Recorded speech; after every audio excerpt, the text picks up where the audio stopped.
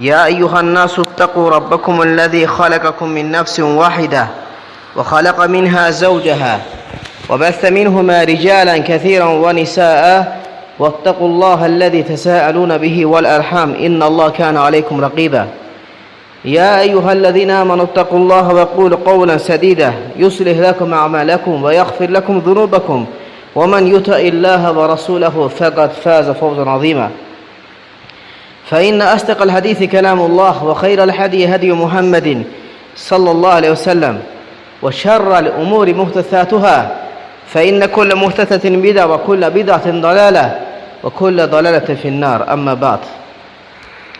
Əziz və möhtərəm müsəlman qardaşlarım, ilk öncə öz nəfsimə və sonra sizə Allah Subhanahu wa Ta'alədən haqq təqvası ilə qorxmağı tövsiyə edirəm. Həqiqətən də Allah Təbarək və Teala insanları yaradıb və insanları bu dünyada imtihan edir. Və bu dünyanı imtihan, ibtilə diyarı eləyib. Bu dünya, insanlar bu dünyada imtihan olunurlar. Və həmçinin bu dünyanı Allah Subhanahu wa Ta'ala əməl və itaət və Allaha yaxınlaşmaq üçün bir məkan eləyib. Və həmçinin Allah Subhanahu Ta'ala bu dünyanı fani bir dünya eləyib, keçici. Və bu dünya axirət diyarına aparan bir yoldur. Axirət diyarını isə Allah Subhanahu Ta'ala savab, cənnət, nemətlər diyar eləyib. Kimlər ki Allaha itaət eləyəcəksə dünyada və kimlər ki Allah Subhanahu Ta'ala asilik eləyəcəksə, axirət diyarı onlar üçün əzab dünyasıdır, əzab diyarıdır. Ona görə ağıllı insan, aqil insan dünyada əməl eləyir, axirətini qazanır. Axirəti üçün savab toplayır, dünyada əməl eləyir. Balaca, böyük, nə qədər olursa olsun əməl eləyir, axirəti üçün savab hazırlayır. Və lakin aciz insan isə, aciz, öz nəfsinə tabi olur və Allahdan arzulur ki, Allah bağışlayacaq, təmənna edir. Acizdir, əməl edə bilmir, haramlardan çəkinə bilmir və nəfsi istəyinə tabi olur. Deyəndə də ki, deyir ki, inşallah Allah bağışlayacaq, Allah rəhməti genişdir, təmənna eləyir. Lakin bilmir ki, Allah da əzabı da bir o qədər şiddətlidir.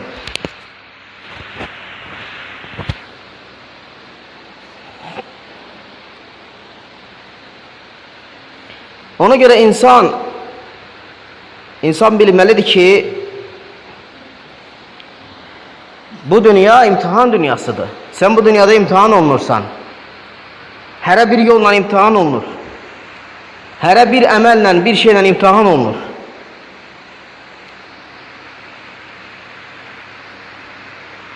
Ona görə insan qiyamət günü üçün hazırlaşmalıdır, əməl etməlidir.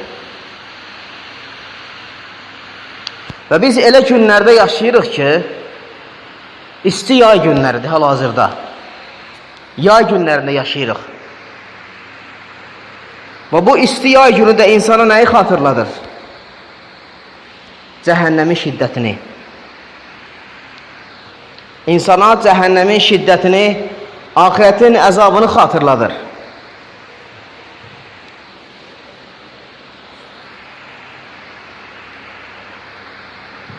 Hansı ki, Rasulullah sallallahu aleyhi və səlləm səhih hədisdə xəbər verir bizə.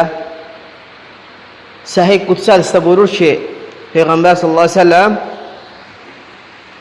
İştəqqətin nər ilə Rabbihə fəqalət Rabbi əkələ bə'di bə'dən. Cəhənnəm bir gün Allah Teala'ya şikayət elədi. Dedi, ey Rəbbim, mənim bir tərəfimi yedi. Allah Subhanahu Teala ona icazə verdi 2 dəfə nəfəs almağı. Və Rasulullah sallallahu aleyhi ve sellem buyurur ki, yayın ən isti şiddətli günlərini görsəniz və qışın ən şiddətli soyuqlarını görsəniz, cəhənnəmin nəfəs aldığını bilin. Bilin ki, cəhənnəm ondan nəfəs alır. Və biz hal-hazırda isti yay günlərində yaşayırıq və bu yay günlərində isti havalarda sərin yerlər axtarırıq. Kondisionerin altında oturmaq, sərin su içmək, kölgəli yerlərdə oturmaq. Lakin bizlərdən hansı birimiz cəhənnəmi xatırlayırıq istini görəndə? Hansı birimiz ahirəti düşünürük? Allah Subhanahu taalanın qarşısında duracağımız günü düşünürük. Bu istini görəndə fikirləşirikmi ahirətin haqq hesabını?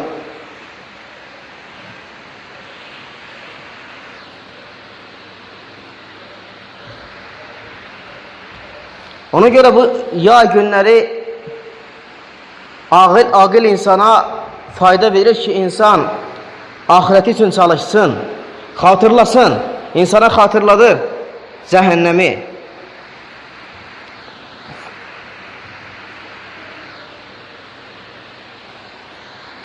Ona görə sələflərdən bəzisi deyir ki, acəbən limən ittəqə hərr-seyf fid-dünya keyfə lə yəttəqi bi iktinəbi-zunub hərr cəhənnəm yevməl-qiyamə. Deyir, mən təəccüb eləyirəm, deyir, biz təəccüb eləyirik o şəxsin anla ki, yayın şiddətli istisindən qorxur dünyada. Yayın şiddətli istisindən dünyada ikən qorxur, lakin ahirətin əzabından qorxmur, günahdan çəkinmir. Biz deyir, təəccüb eləyirik elə insanın halına.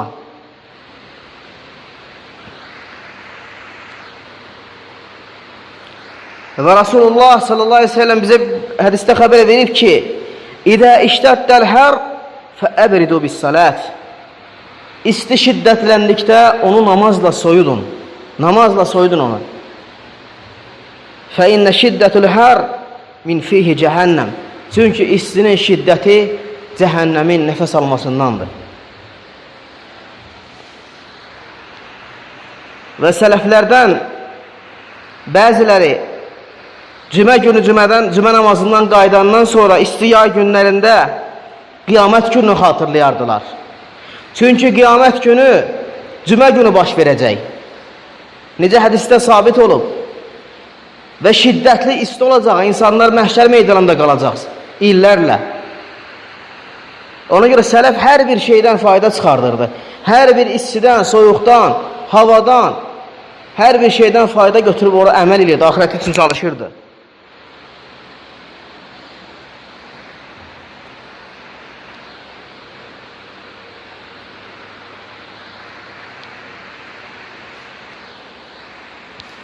Allah Subhanahu Teala günəşi xəbər verir bizə, günəş haqqında, Quran-ı Kərimdə.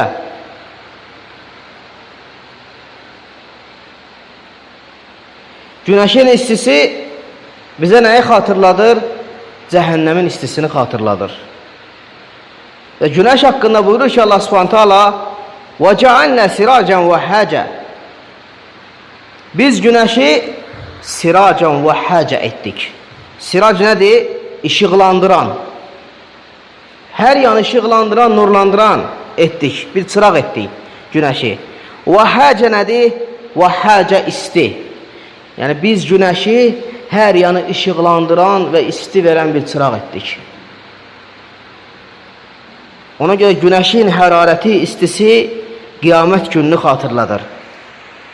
Cəhənnəmin istisini xatırladır.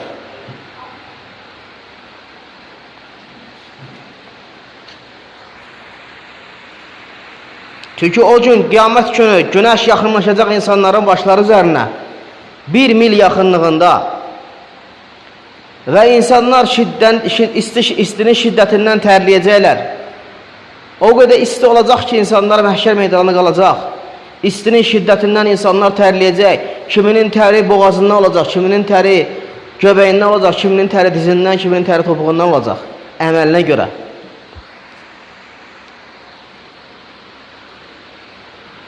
Ona görə Adəm evladı bu dünyada imtihan olunur və insan, ağıllı insan, mömin insan və gərək axirət həyatı üçün çalışsın, imtihanlardan üzü ağ çıxsın və cəhənnəmin əzabını, istini şiddətində xatırlasın, axirət günü, qiyamət günü Rəbbinin qarşısında duracağı günü xatırlasın.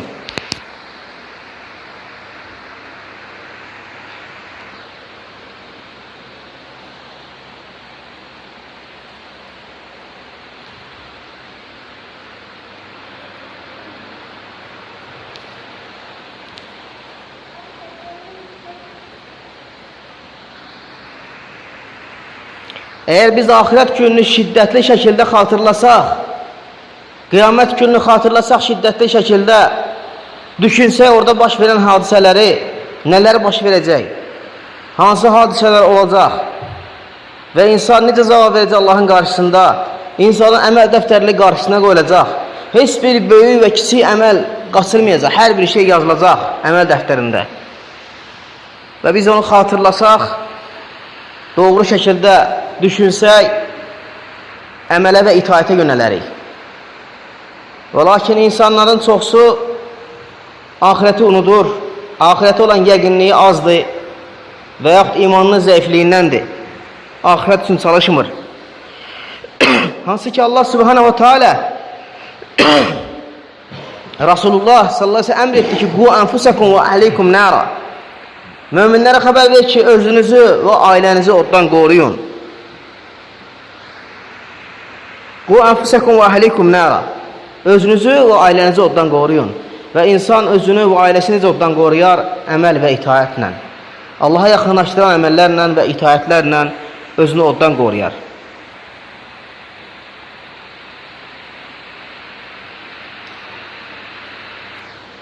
Ona görə sələflərdən biri bu haqda buyurur ki, İnna nazarna fi hadihil əmr fəvəcədnə ən sabərnə alə ta'atillah fid dünya əhvən min sabərnə alə nərcə yevməl qiyamə. Bizdir, diqqətli şəkildə fikirləşsək, görərik ki, Allahın itaətlərində səbr etmək daha asandır, nəinki qiyamət günü cəhənnəm əzabına səbr etməkdən. Qiyamət günü cəhənnəmin şiddətinə, istisinə səbr etməkdən Allahın əmrlərinə səbr etmək daha asandır.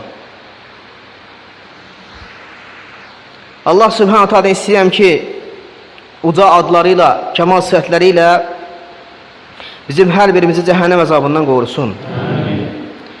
Allah subhanahu ta'ala bizə bu dünyada və axirətdə nimətlər bəxş etsin. Allah subhanahu ta'ala bütün müsəlmanların sıxıntılarını aradan qaldırsın. Bütün xəstə müsəlmanlara şəfa versin. Aqulu qawli hada astaghfirullah li və lakum və lisa'il muslimin min kulli zəb astaghfiru innehu al-ghafurur rahim.